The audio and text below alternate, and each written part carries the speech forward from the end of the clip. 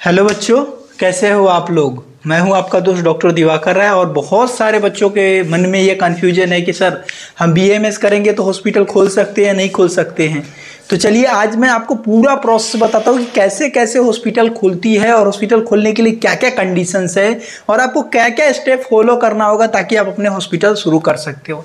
ये प्रोसेस मुझे इसीलिए पता है गाइस, क्योंकि मैंने खुद अपना सेटअप डाला है तो मुझे पूरा प्रोसेस पता है। तो चलिए मैं आप लोगों को बताता हूँ अच्छे से। चलिए शुरू करते हैं गाइस। हॉस्पिटल ओपनिंग रूल्स में जो कंडीशंस होती है मैं आपको बता देता हूँ। एक होती है ओपीडी सेंटर्स, जो आप अगर सिर्फ बीएमएस करते हो ना बउआ, या एमबीबीएस कोई डॉक्टर करता है या बीडीएस करता है तो सिर्फ वो अपना जो हॉस्पिटल शुरू करता है ना तो उसको सिर्फ ओपीडी सेंटर बोलते हैं। ओपीडी सेंटर्स मतलब क्या होता है कि स्पेसिफिक टाइमिंग होती है डॉक्टर्स की कि इतने बजे से इतने बजे तक डॉक्टर साहब आएंगे, पेशेंट देखेंगे, जाएंगे। वो हो गया ओपीडी सेंटर। वहां पर कोई इमरजेंसी सुविधा नहीं होती। दूसरा जो परमिशन रूल्स है जो हॉस्पिटल एक्ट के अकॉर्डिंग, वो 10 बेडेड हॉस्पिटल आप शुरू कर सकते हो मिनिमम। और एक तो ओपीडी सेंटर शुरू कर सकते हो, एक 10 बेडेड और दूसरा 50 बेडेड हॉस्पिटल शुरू कर सकते हो। तो ये 3 कंडीशन है जो क्लिनिकल ओपनिंग रूल के अकॉर्डिंग, जो क्लिनिकल की जो रजिस्ट्रेशन रूल है हॉस्पिटल एक्ट के अंदर वो आती है। ठीक है बच्चों। अब मान लीजिए आपने बीएमएस की डिग्री कंप्लीट कर ली, उस जिस स्टेट से की है, जिस यूनिवर्सिटी से किया है, वहां से आपको एक रजिस्ट्रेशन नंबर मिलेगा। जो बीएमएस करने के बाद आपको एक रजिस्ट्रेशन नंबर मिलता है। जो उसी तरह से एमबीबीएस वाले को भी एक रजिस्ट्रेशन नंबर मिलता है, बीडीएस वाले को भी मिलता है, सबको मिलता है। वैसे ही आपको एक रजिस्ट्रेशन नंबर मिलेगा। वो रजिस्ट्रेशन नंबर आपका मस्ट है। उसी रजिस्ट्रेशन नंबर के बिहाफ पर आपको रजिस्ट्रेशन मिलेगा। दूसरी जो क्या क्या होना चाहिए, आप ओपीडी सेंटर शुरू कर रहे हैं तो पहला तो डॉक्टर चेंबर होना चाहिए। अब बच्चों डॉक्टर चेंबर की साइज कितनी होना चाहिए, तो 10 × 10 बाई 10 का साइज होना चाहिए। ठीक है, 10-10 फीट की जो होते हैं ना, 100 स्क्वायर फीट होनी चाहिए। उसमें ना एक पेशेंट टेबल होना चाहिए, जो जिसपे पेशेंट को सुला के चेक करते हैं ना, वो टेबल मस्ट है। तीसरा डॉक्टर्स का टेबल और चेयर वो होना चाहिए। ठीक है, समझ रहे। उसके बाद तीसरी चीज है वेटिंग मशीन। वेटिंग मशीन मतलब जो वेट मेजर करने की जो मशीन होती है, वो इलेक्ट्रॉनिक मशीन जो होती है वो होना चाहिए।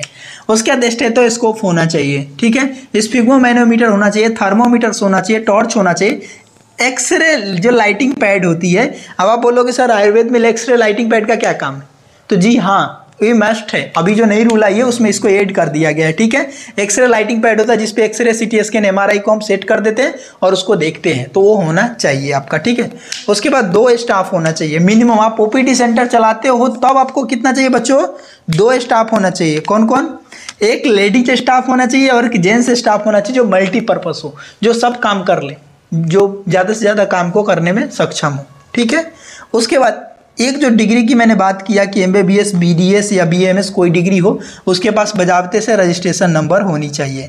इतना चीज़ होगा तभी आप ओपीडी सेंटर शुरू कर सकते हो। ठीक है, इतना के बाद अब समझते हैं 10 बेड वाले की। फिर बताऊंगा कि कैसे कैसे आपको अप्लाई करना है। इतना तो एकदम मस्ट है। ये पूरा इक्विपमेंट आपको कितने 10 बेडेड में भी चाहिए और 50 बेडेड हॉस्पिटल में भी चाहिए। ठीक है, 10 बेडेड में इतना तो एकदम नेसेसरी चीज़ है जो आपके पास होना चाहिए।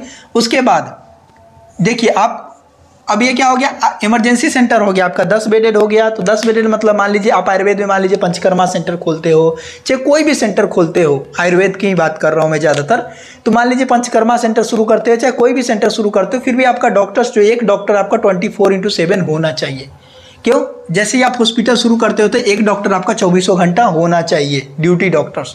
तो डॉक्टर्स की मैक्सिमम ड्यूटी आवर्स होती है 8 आवर। ठीक है, ऑन इमरजेंसी में आप पैड पे लिख के दे सकता है डॉक्टर की हम 12 घंटे काम करने में सक्षम है, तो 2 डॉक्टर्स में चल जाएगा। लेकिन आपको 3 डॉक्टर्स की मस्ट है। ठीक है, तो 2 डॉक्टर्स या 3 डॉक्टर जो रजिस्टर्ड होना चाहिए जो उस स्टेट की गवर्नमेंट के अंदर। ठीक है, चाहे वो बीएमएस डिग्री हो, चाहे एमबीबीएस हो, चाहे बीडीएस हो। ठीक है, 3 डॉक्टर।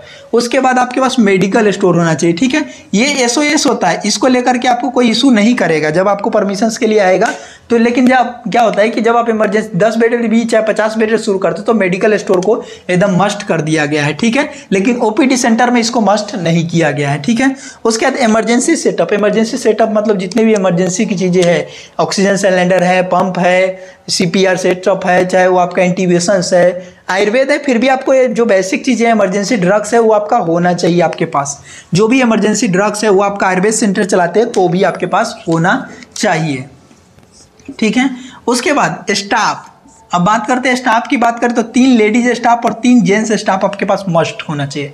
मिनिमम 6 स्टाफ होना चाहिए। लैबोरेटरी टेक्नीशियंस की बात करें तो लैब टेक्नीशियंस आपका 2 होना चाहिए, ठीक है, 2 टेक्नीशियंस होना चाहिए जो 12 आवर्ली शिफ्ट में आपके यहाँ काम करता है। एम्बुलेंस होना चाहिए, क्योंकि आप हॉस्पिटल शुरू करते हो, एम्बुलेंस मस्ट है, और एम्बुलेंस का रजिस्ट्रेशन होना चाहिए आरटीओ ऑफिस से, उसकी कागज़ आपके पास होनी चाहिए, तभी आपको आगे प्रोसीड करेगा। इक्विपमेंट, आप पंचकर्मा सेंटर शुरू करते हो, ये सल्लके शुरू करते हो, सल्ले शुरू करते हो, कायची का शुरू करते हो, एसआरपीटी शुरू की चीज़ें करते हो, या फिर आप सल्ले की करते हो, कोई भी चीज़ की करते हो, तो जैसे मान लीजिए मैं एग्जाम्पल बताता हूँ सल्ले की, तो सल्ले में समझ लीजिए आपका ओटी टेबल चाहिए, OT room, operation theatre room चाहिए जो आपका 10 बाई 10 की साइज़ के होना चाहिए मिनिमम, उसमें एसी लगा होना चाहिए, ठीक है, प्रॉपर जो हाइजीन मेंटेन करने के लिए सेटअप, जितनी भी चीज़ें चाहिए, इंस्ट्रूमेंट होना चाहिए, सारे सर्जिकल इंस्ट्रूमेंट होना चाहिए जब आपके पास जब आएगा तो। लेकिन जो सल्ला की लेने के लिए आपको एक एनेस्थीसिया की ज़रूरत है, एक एनेस्थेटिक्स पर्सन का आपको रजिस्ट्रेशन डॉक्यूमेंट मस्ट होगा अगर आप सल्ले की परमिशन के लिए जाते हो तो, ठीक है। तो इतनी चीज़ें आपको, इसके साथ इतना आपको 10 बेडेड में होनी चाहिए। अब 50 बेडेड या मल्टी स्पेशलिटी में तो ये पूरा मिला करने के बाद जितना डिपार्टमेंट है उसके हिसाब से इक्विपमेंट होना चाहिए। जैसे आप पंचकर्मा सेंटर शुरू करते हो तो आपको पास कितना होना चाहिए, 4 रूम होना चाहिए। एक रूम आपका स्नेहन के लिए होना चाहिए, एक स्वेदन के लिए होना चाहिए, एक बस्ती के लिए होना चाहिए, और एक आपका बमन के लिए और विरेचन कक्ष के नाम से होना चाहिए। कम से कम मिनिमम 4 रूम का रिकमेंड किया गया है, ठीक है, जो 200 स्क्वायर फीट के साइज का होना चाहिए टोटल, ठीक है, 200 स्क्वायर फीट का 4 रूम आपके पास होना चाहिए, ठीक है। और उसके साथ जो बस्ती का जो आपका टेबल होता है जिस पे आप स्नेहन स्वेदन कराते हो वो आपका मस्ट कहा गया है, ठीक है।